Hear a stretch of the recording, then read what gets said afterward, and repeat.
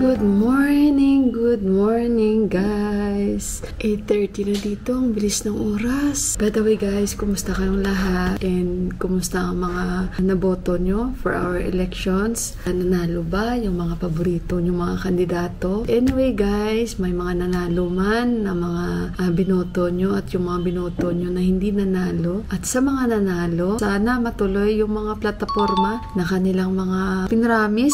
So I hope okay lang kayo dyan and yung mga araw nyo. Let's enjoy the day guys and be positive po tayong lahat. Balik ko itong saging guys na nabili ko. Bata, tingin sa akin. Guys, dito ako Didi. Hindi ko alam. Ramarasapit. Ay, by the way guys, nagkita kami ni Inday Neneng. Nawili man ako sa usap-usap. Sinasabihan ako ni Didi, yung sati mo nandito, pumunta sila. Bumili sila ng mga panglutuin din nila. Hindi ko alam. Aja? Usko nam? Hira. Na sati ko nam? Buda? Guri. Hira. Hira? Oh, hira. Bumibili dito si Inday Neneng. Tapay Mila? Oh, Tapay Mila. Hira. Hira Mila. Yan yung mga sag ni Didi. Ayoko naman magsag na. So guys, oh. Si Didi tanongin ko anong tarkar. Didi! Kaya tarkari? Kanisag. Sag. Parsi. Mix na siguro sa kanya. Parsi, sag. Hindi ko ba alam ano ba. Ito yung Janingo, oh, isang piraso. Bilhin ko kaya to parang parang ano na siya, malambot. Sabihin ko ka Didi. Ay naku, ano yung ulam natin. Hello sir, teacher now. Yeah, congrats. Yung anak ng Didi dumating. Rayo sag. Ayan, Bob.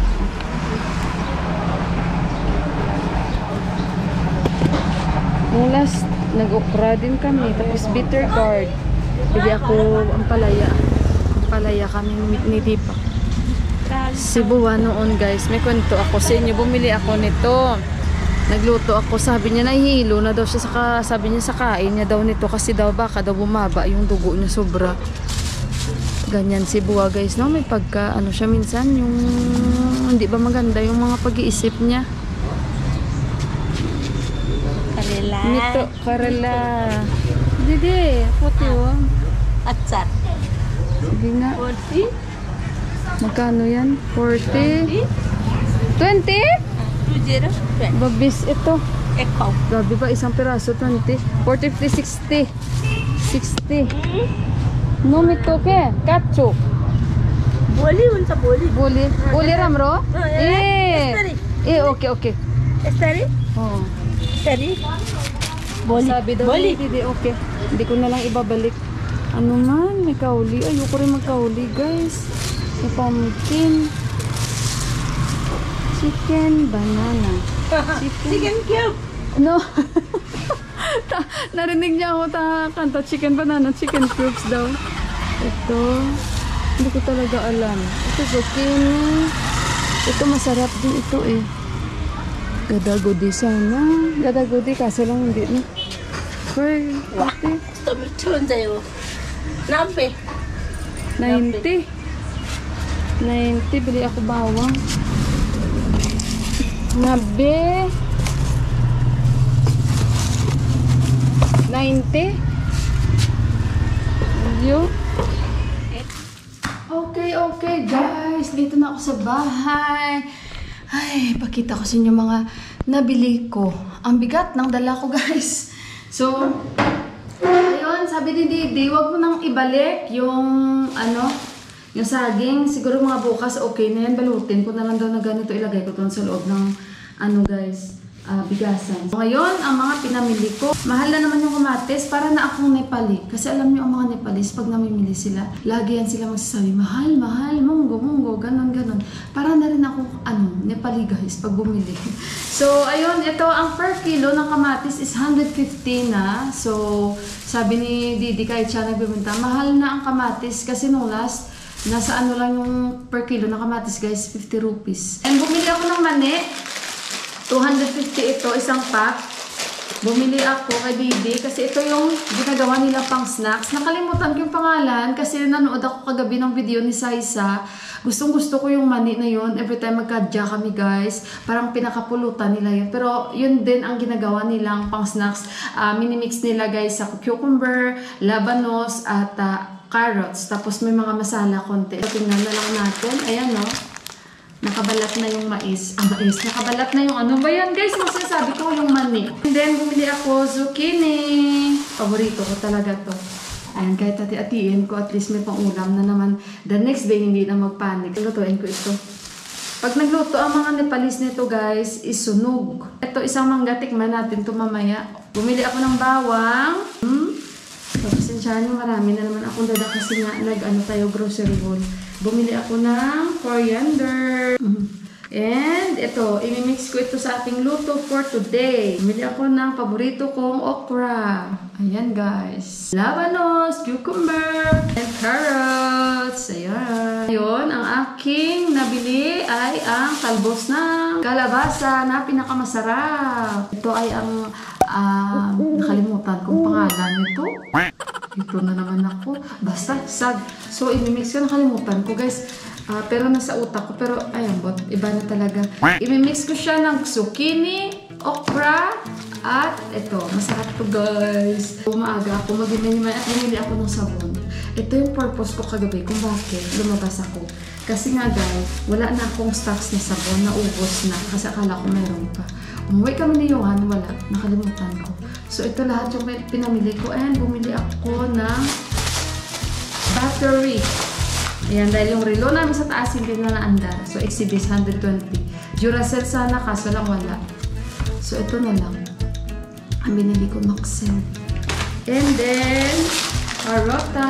So, mag-prepare na ako ng breakfast namin.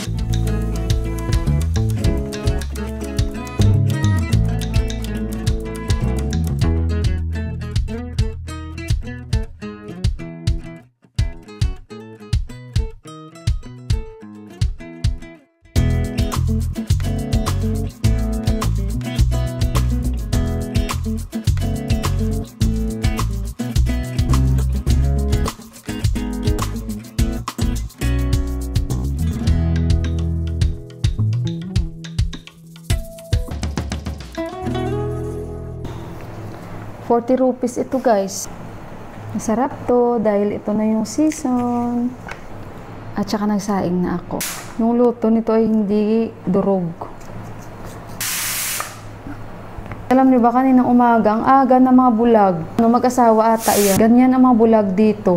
Maaga pa lang bit-bit na yung speaker nila. Yung speaker nila guys na parang trolley. So, by the way guys, update ko kayo kay Buwa. Buwa guys, dinala siya sa emergency. Sinabi ni Ama sa amin.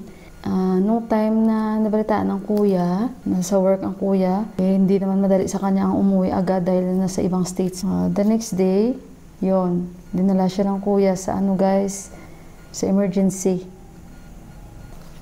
Kinausap man siya ng doktor, okay naman yung mga sagot niya. Wala naman siyang problema dahil sine-check up na nga yan siya, ganyan yan siya. Kahit dito, i-check up yan siya, hindi yan siya maniwala sa doktor.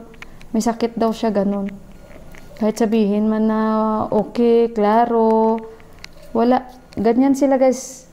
Mahirap sila, hindi sa edad, pero ganyan yung nature ng mga matatandang mga Nepalese. Hindi sila minsan naniniwala agad sa doktor kasi may ibang paniniwala sila. Minsan, sobra nilang sa kultura nila, kaya minsan ang kinalabasan, parang hindi na sila naniniwala sa science. Minsan, mas gusto pa nilang uminom ng dahon-dahon kaysa sa gamot. Ganyan sila. Inuminom sila na kung ano-anong mga powder kaysa sa science. Kaya kung dadalhin naman sila sa doktor, dududahan pa nila ang doktor. Hindi daw. Ayan, anong magagawa? Ganyan yung dito, yung iba dito na matanda, lalo na yung biyanan ko na lalaki. Kain ka nga lang ampalaya, sabihin niya agad nahilo daw siya. Dahil daw sa ampalaya. Kaya nga may nag-comments dyan, diba, na wag yung i-invalidate yung feelings niya. Oo, totoo yung tama yun. Kasi minsan matatawa lang tayo pero, or sabihin natin nag-iinarte pero hindi natin dapat yung i-take for granted ba. Kasi syempre hindi natin naintindihan yung feelings. Pero mas okay na yung pina-check up agad. kung kausap lang. Guys, araw-araw yan siya may kausap. At ginagawa talaga nila yan. Ang best nila na, dalhin yan sa labas, mag-walking, samahan niya ng kuya, samahan niya ng bunso.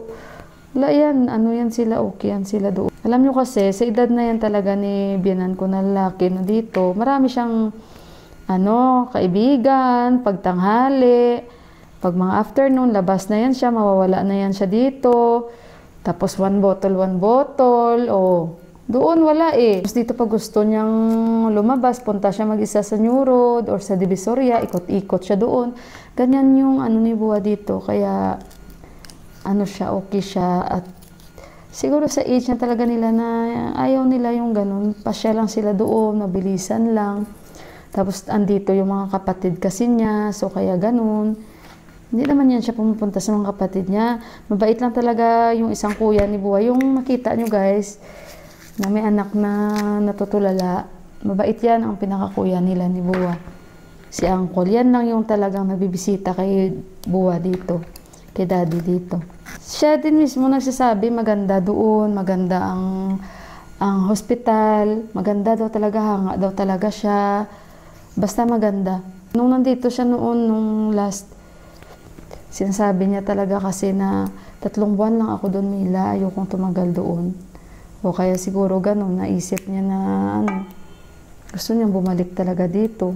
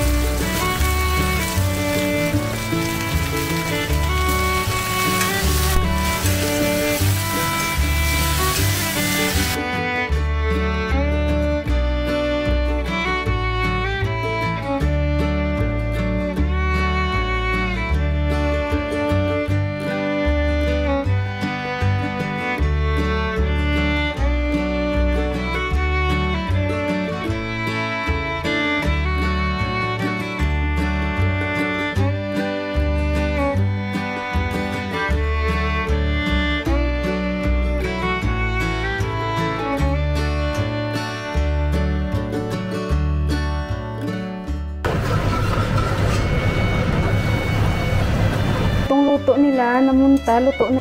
Kasi ang munta guys, hindi talaga nila yan dinudurog pag nagluluto sila. May zucchini, may okra.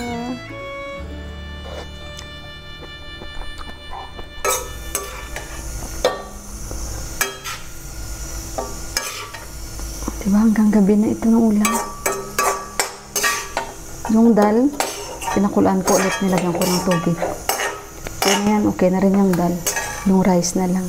So, ayan guys. Hiwain ko na yung ampalaya. Panahon sa mga nag-alay ng kanilang lakas, talino at kakayahan ng higit na nakarami. Hanggang ngayon, kalinga ng isang doktor. Muli, sa pamilyang Lacuna. So, ganito sila guys magluto ng ampalaya dito. Hindi na nila yan guys, kagaya sa paano tayo magluto, wala yan sila. Ganyan. Okay guys, lagyan natin ng mantika. Natin cumin.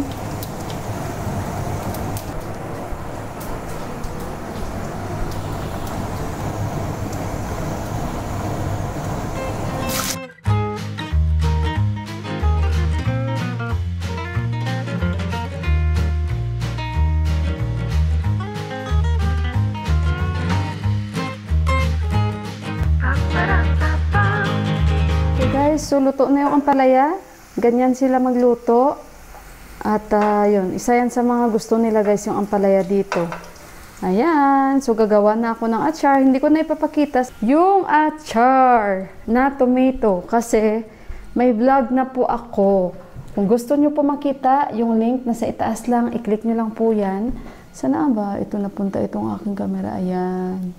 At tingnan nyo na lang kung paano ako gumawa ng tomato achar. Okay guys, tapos na yung achar ko. Yan, and yung mangga. I-try natin yung mangga guys. Tinatawagan ko si Deepak dahil kakain na kami. So, ito yung tomato achar. Try natin. Hindi niya siguro ako maririnig. Nag-ano yun, guys? Baka naglilinis, nagpapasound. Nag-breakfast kasi kami.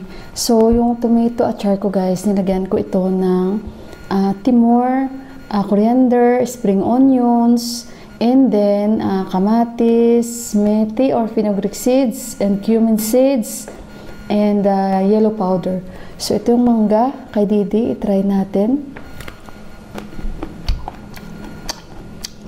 Ano siya ganun kaasim? Try ko lang sa achar niya, tomato achar, kung anong lasa. Medyo manghang ito, no? Dahil may chili flakes. And then, nilagyan ko rin siya ng oregano na, dried. Sarap! Wow! Wow, guys. Sarap. Sarap pala.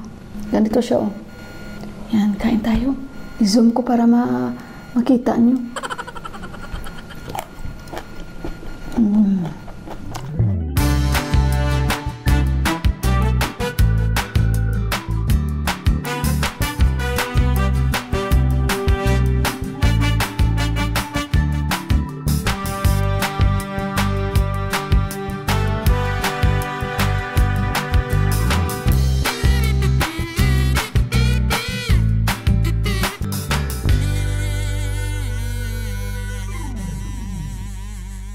Okay guys, so ayan na yung ating kusina. Malinis na.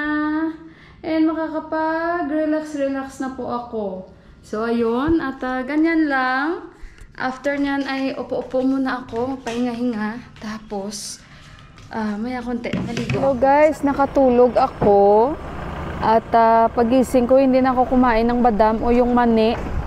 Dahil alam nyo ba, nagising ako mga 4. Pero parang half na idlip, half na maingay kasi dito sa harapan namin guys kasi inaayos nila Naglalagay sila ng lupa baka sisimulan na nila. And yung naglilinis sa amin andyan sa baba at yung may-ari niya ng lupa. I think magsi-start na sila dyan na mag-ayos dyan ng mga bahay-bahay dyan. Yan yung naglilinis sa amin yung naka-red dyan. Yan siya yan. So ayun. Tingnan nyo guys yung aming weather. Nag-ano na naman siya, parang, ewan ko, hindi man kulimlim ito, parang gloomy.